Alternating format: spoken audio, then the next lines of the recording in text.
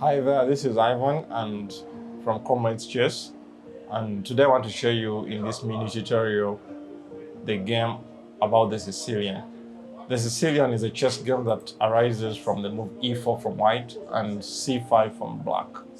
So white plays e4 and black plays c5.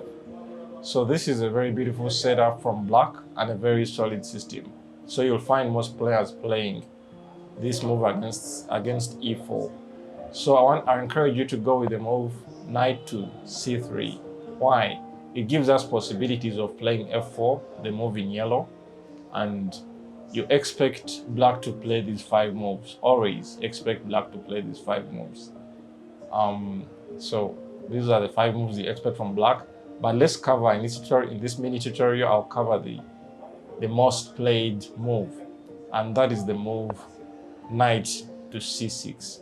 They always play the Sicilian because they want to get this knight out without being blocked, without the knight blocking the pawn.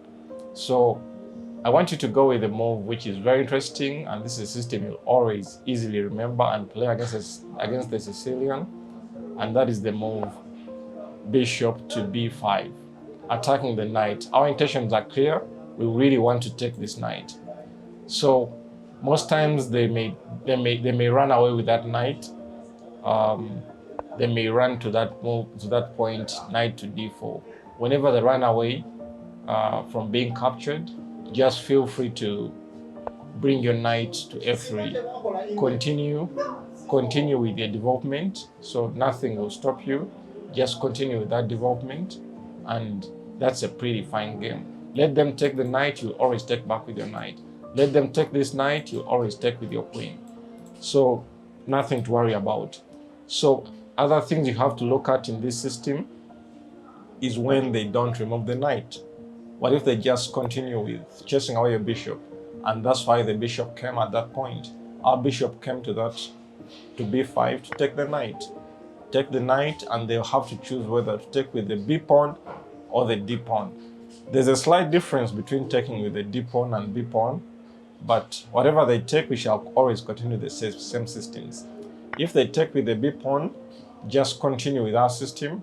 The reason why we didn't put the knight on f3 is to push our pawn to f4.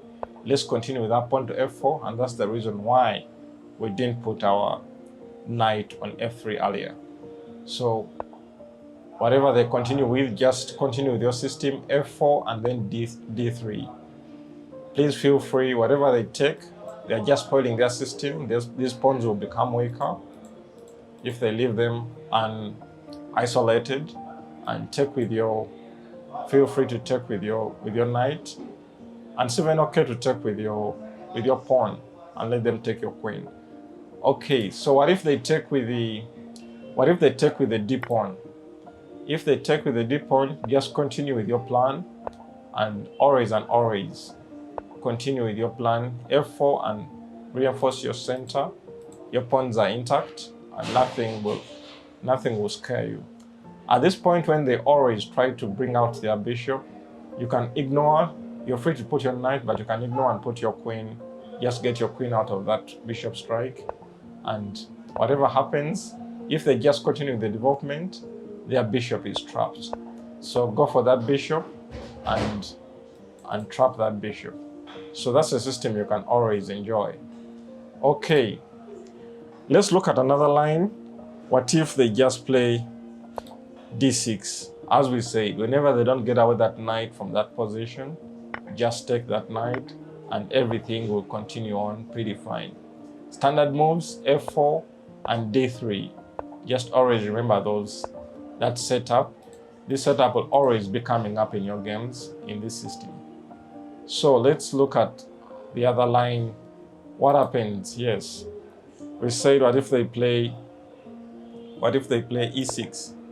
Whatever they play, we say that just take the knight, and whatever they choose to use, just stick to your system. Stick to your system, and you don't mind about them taking this pawn, because I repeat, they'll be spoiling their pawns in their isolated structure. So if they ever try to get us from the queen side, just continue with your structure. Yes, so that is how the system appears. And lastly, they may go with this move G6, which is a very interesting move. Take the knight as usual, and whatever they use, continue with your same strikes. Some smart players may go with this move, but don't mind about that. Just bypass that pawn and you can freely use your queen. So if they continue thinking that they're going to pin your queen in the center, just continue with your game. Please don't castle on the short side. I warn you, don't castle on the short side. That bishop will come for you and you lose your rook. So it's okay to just now this time change your structure to the queen side, long castling. And this is a very beautiful game at this point. So at this point, white should be having a better game, enjoying this setup. So that's enough for the Sicilian crusher. Feel free to crush the Sicilian with this standard move, bishop b5. The third move, bishop b5. Thank you. See you in the next video.